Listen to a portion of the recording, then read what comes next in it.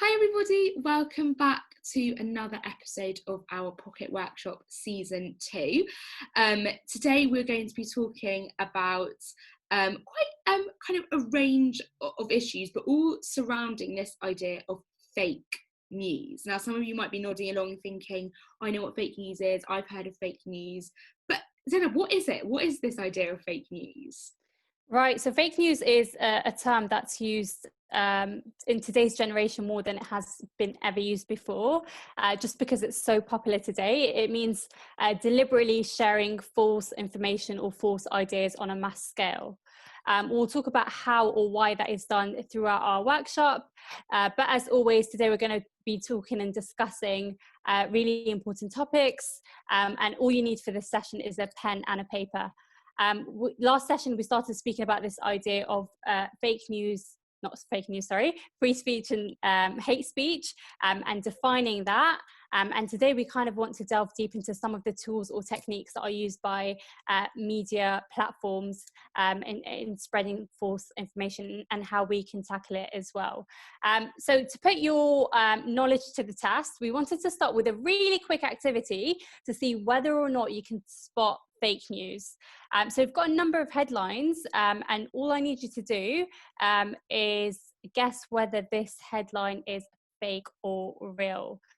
So we'll start with this one over here. Two-headed sharks found. Do you think this is real or fake? These are all taken from newspapers, so have a think whether you think that is real or fake. Get that written down, and 3, 2, 1. This headline was actually fake. No such thing as a two-headed shark. Next headline, police in Germany rescue man chased by baby squirrel. Is this headline fake or real? I think it could be real. We'll see. Well done. Great. You would have got a point there. Headline number 3. All about zoos and animals so far. Yeah. So we've got Canadian zoo fined after taking bear out for ice cream. Do you think this is real or fake, Talia? I'm not sure. I don't know if bears eat ice cream. Apparently they do. This one's real. I wonder what flavour it was. That's what I'd like to know. Next headline, mysterious 7-foot creature spotted in Argentina. How big is 7 feet? Not sure, but it may be really kind of large. Fake. It's actually fake. Let's try the next one. Elderly woman trains again animals. Come on, 65 cats to steal from her neighbours. I really hope this was true. Why? They're cats. It's fake. It's the most interesting headline so far for me.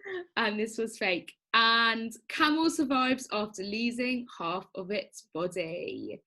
Do you think this is true or fake? This was fake. That'd be a really cool story, but no. Man with the longest fingernails gets them cut off after 66 years. Really hope this is fake. And oh, it was real. I was about to say, you do see things like this in the Guinness World Records, and I'm just like, why? It probably was actually. I remember reading about it. Brilliant. I think that was our last headline. So kind of see how well you did. Can you spot those fake headlines, or can you not? Now we're going to move on to still need those pens and paper, still going to be guessing. But we wanted to look at the image that you see on the screen and write down what you think you are looking at. Now, sometimes stories can be twisted or kind of fake news spread, not just through text and headlines, but also imagery as well. And we want to kind of show you how that's done. So this picture, what are we looking at? Zaynab, what do you think? What does this look like to you? It looks like a room with really comfy mattresses. And a kind of a ceiling view. Yeah, like a skylight. Yeah. So some of you might have guessed, but actually this is not a room. This is actually the inside. The inside of a guitar. So that's kind of like the wooden inside. How crazy is that? I wonder how they got the camera in there. That's what I'm interested in. I know. And then kind of like the hole where the string. Look at that detail. It looks really cool. So differing perspectives there. I think it's really interesting. All right, let's see what we have next. Right, what's happening here? Who We've do we got, have here and what's happening?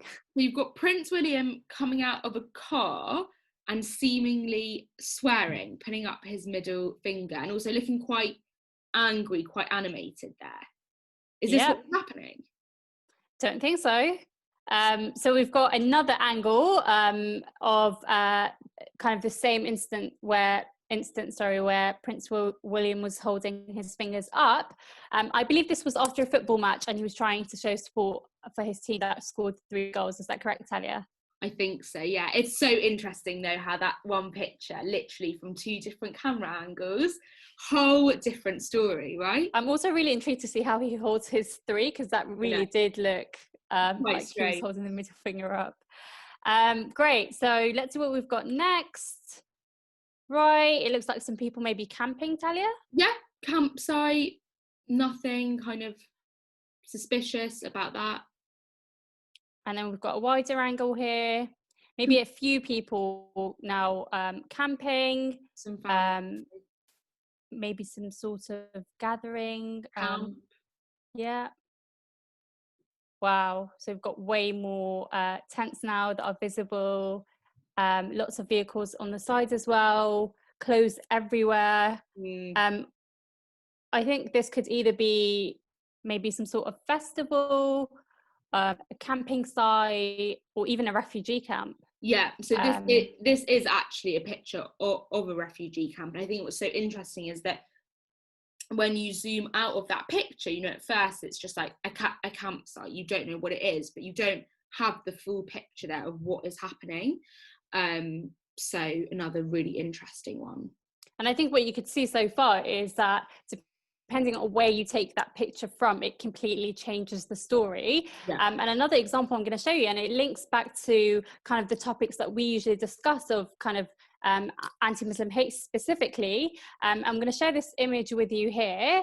I don't know if you've seen it before, but this was an image that circulated after the Westminster Bridge attack in 2017. Now, if you all remember, this attack was done by ISIS, an Islamist group that claims to be fighting in the name of Islam, in which a number of people lost their lives during this attack. And this is a picture that circulated on social media, but was actually also picked up by some newspapers and actually printed on the fast page. And here what you can clearly see is a Muslim woman who's wearing the headscarf, walking past as a person is laying down with people around them trying to get them help after the attack.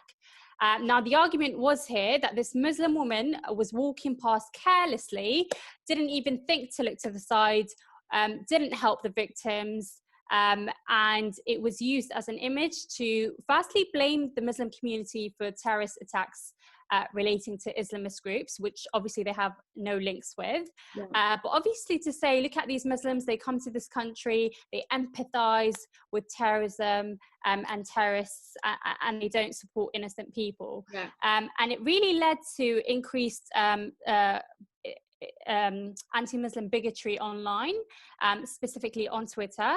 So this is a tweet, one of the many tweets that were circulating at the time, and it says, "Muslim woman pays no mind to the terror attack, casually walks by a dying man while checking phone."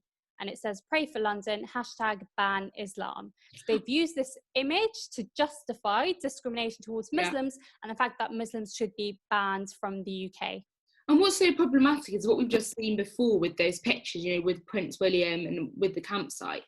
An image is a snapshot of a millisecond of something happening, and taken from a specific angle, specific way.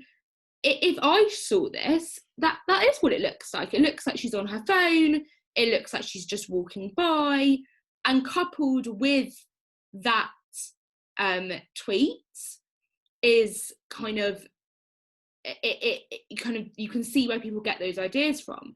And I think also what's really worth picking up on is the contrast between the hashtag of Pray for London and Ban Islam, because what's happening there is othering.